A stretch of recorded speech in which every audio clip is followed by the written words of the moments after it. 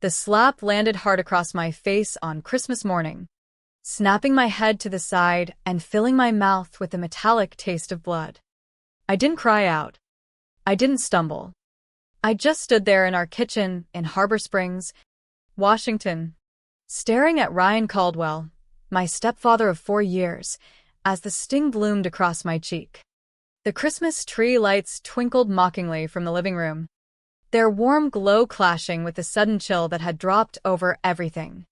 Mom Margaret, though everyone called her Maggie, gasped from the doorway, her hands still clutching the edge of her apron, flour dusting her fingers from the unfinished brunch preparations. For a split second, time stretched. I could hear the coffee maker hissing in the background, the distant hum of neighbors' cars on our quiet street lined with evergreens heavy with fresh snow. Ryan's face twisted from rage into that practiced mask of concern he wore so well for the public. "Sophia, you made me do that," he muttered, lowering his hand as if it had acted on its own. But his eyes, cold, calculating, told the real story. He had wanted control, and I had finally refused to give it. I pulled out my phone with steady hands, the red mark already rising on my skin like a brand. The camera clicked as I photographed my face. Then I dialed 911. "What's your emergency?" the dispatcher asked. "Domestic violence at 142 Evergreen Lane," I said clearly. "My stepfather, Ryan Caldwell, just assaulted me, and I'd like to report financial fraud involving the Cascade Veterans Assistance Fund. He's the one responsible embezzlement, wire fraud. Officers need to come now." Ryan lunged toward the phone, but I stepped behind the heavy oak table that had belonged to my late father. Mom cried out again. "Ryan, stop." The sirens were already wailing faintly in the distance by the time I hit send on the queued emails from my prepared folders. Dozens of messages fired off simultaneously to the FBI field office in Seattle, the IRS, the Washington Attorney General, every board member of the fund, local news outlets, even the bank's compliance team. A website I had built in secret went live at the same instant, displaying timelines, flowcharts, and scanned documents that laid bare 3 years of systematic theft. Let me take you back. Because to understand how one slap on Christmas morning brought down a man everyone in Harbor Springs called a hero, you have to see the slow erosion that led here. I was 29, working as a compliance analyst at Pacific Compliance Group downtown. My days involved dissecting corporate finances, spotting irregularities in transaction patterns, tracing money through layers of LLCs that smelled like trouble. It was meticulous work, quiet, behind-the-scenes stuff that rarely made headlines but kept companies honest. Or so I hoped. Ryan had seemed perfect when he married Mom 4 years earlier. Charming, with that firm handshake and warm smile he reserved for Chamber of Commerce mixers and veterans galas. He founded the Cascade Veterans Assistance Fund shortly after arriving in town, raising millions for housing, counseling, and job training for local vets returning from deployments. Donors loved him. At fundraisers, he'd stand at the podium in his tailored suits, sharing stories of our brave heroes while the room applauded. Mom, widowed young after Dad's heart attack, had been vulnerable. Grief had left her exhausted, juggling her nursing shifts at the local hospital and raising me alone before I went off to college in Seattle. By the time I moved back to Harbor Springs to be closer to her after a tough breakup, Ryan's influence had settled in like fog over the bay. He managed Mom's retirement accounts for safety, moved funds into trusts only he could access easily, and gently discouraged her visits to her sister in Portland by citing budget concerns. The family home, Dad's pride, built with his contractor hands, where my childhood height marks still notched the pantry door, became the next target. Ryan talked about restructuring the deed into a family trust for tax advantages and protection. Mom signed papers she barely read, trusting his explanations. The first crack appeared last summer. I was helping Mom sort receipts when I spotted large donations routed through a vendor called Northwest Support Partners LLC instead of directly to the fund. When I asked Ryan casually over dinner, he chuckled that dismissive laugh. "Sophia, you're the compliance expert. You know how batch processing works for efficiency. It's all legit." But the addresses didn't match. The EINs formed suspicious patterns I'd flagged in past audits. His explanation felt rehearsed, polished like a sales pitch. I started documenting quietly. Not accusations at first, just notes. Overheard calls from his home office about major donors who never appeared at events. Public filings showing the fund raised over $4.2 million in 3 years. Yet program expenses were barely $1.1 million. The rest vanished into administrative and vendor services. Construction bids for a new veteran center went to a company tied to Ryan's old college buddy. Despite higher costs, I photographed invoices left on his desk while he was at meetings. I cross-referenced dates, amounts, names in encrypted files on my laptop. The house transfer was the tipping point 2 weeks before Thanksgiving. I overheard Ryan pressing Mom in low tones. Transferring the property into the Caldwell Family Trust would secure our future. Mom's voice sounded defeated, agreeing weakly. That night, I couldn't sleep. Researching the trust revealed it had been formed recently, with Ryan as sole trustee wielding broad powers. Mom would need his approval for nearly everything. The home my father built, the rose garden Mom planted the year I graduated high school, all slipping away. I knew confronting him directly would backfire. Men like Ryan escalated, isolated, and gaslit. Mom was too entangled emotionally to see clearly without ironclad proof. So I planned.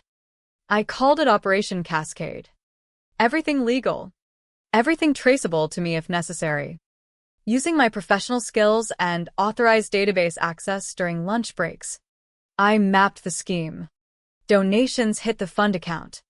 Within days, invoices from shell companies like Northwest Support Partners appeared for vague support services. Payments flowed quickly. Then money moved to another entity, Pacific Advisory Group, for consulting. From there, chunks funneled into accounts Ryan controlled personally. Roughly $2.8 million over 3 years. With just enough real expenses, a picnic here, some branded gear there, to maintain the facade. Ryan's handwritten ledger, tucked in his desk drawer, used simple codes, NSP next to sums, followed by RC personal. I photographed it all.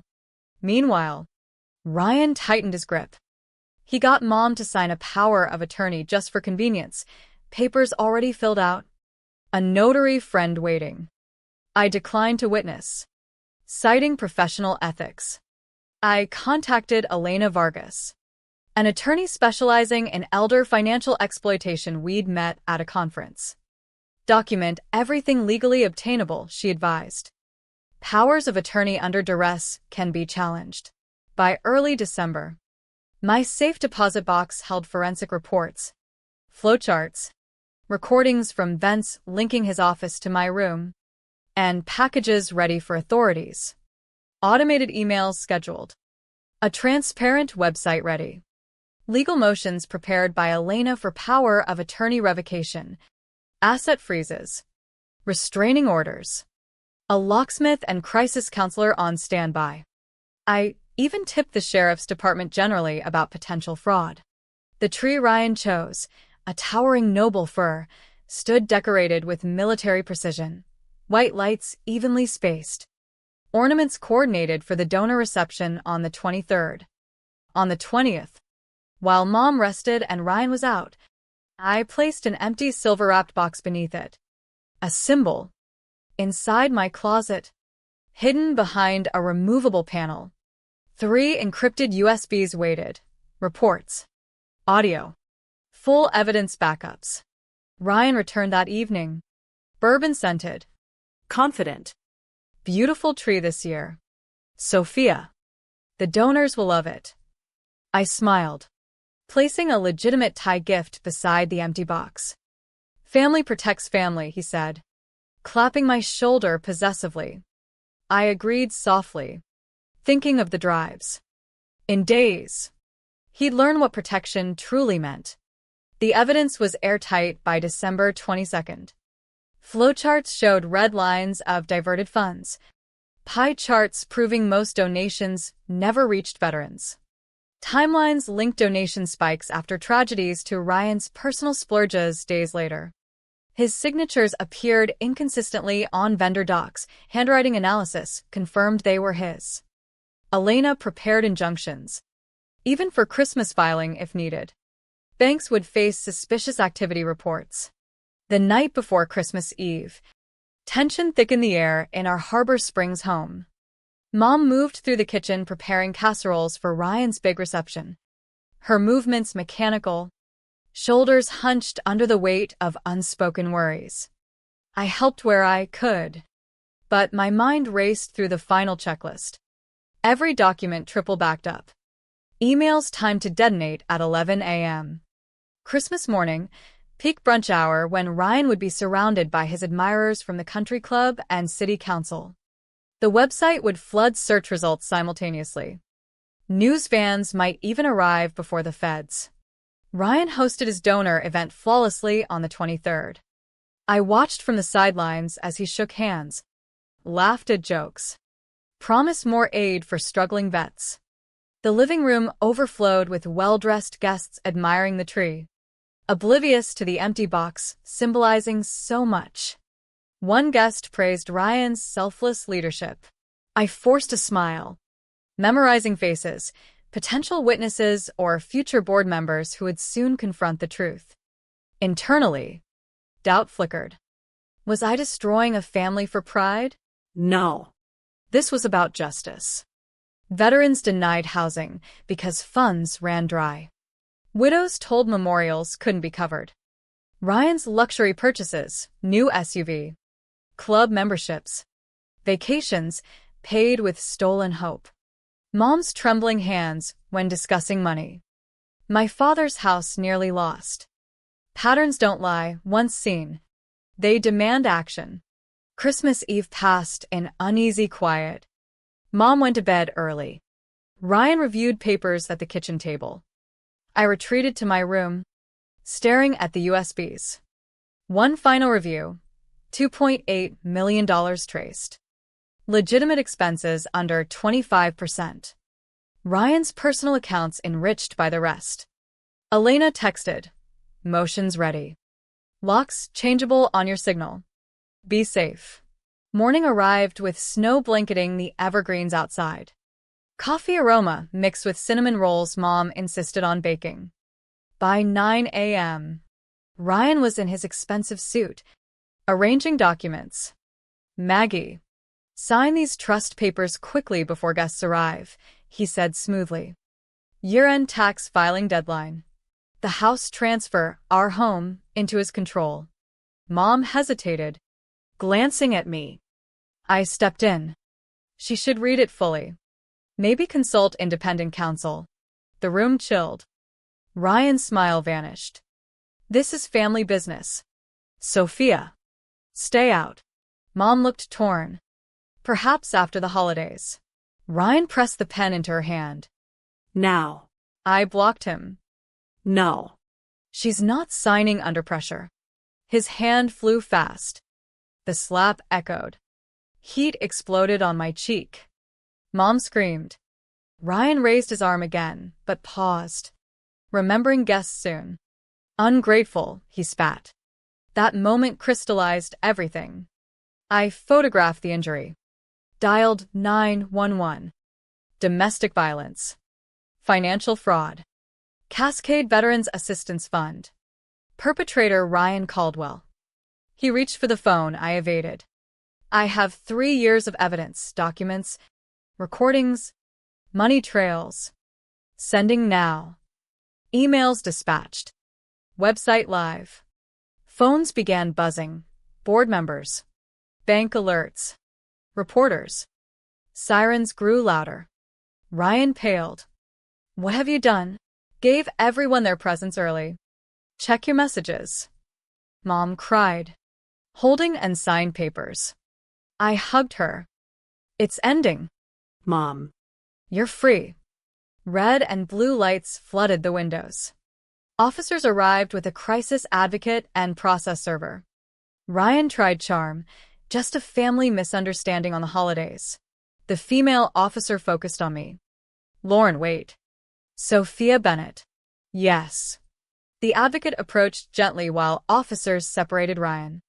Process server handed orders. Restraining order. Power of attorney revocation. Immediate effect. Bank accounts frozen. FBI en route. Ryan shouted entrapment. I corrected. Documentation of every stolen dollar. Locksmith arrived on cue. Change the locks. Officers enforced the order. Ryan had 15 minutes to pack under supervision.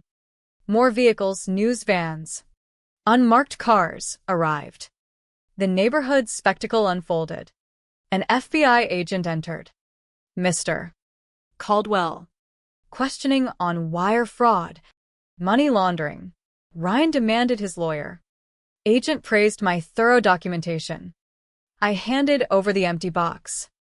What Ryan gave veterans. Empty promises. He noted its symbolism.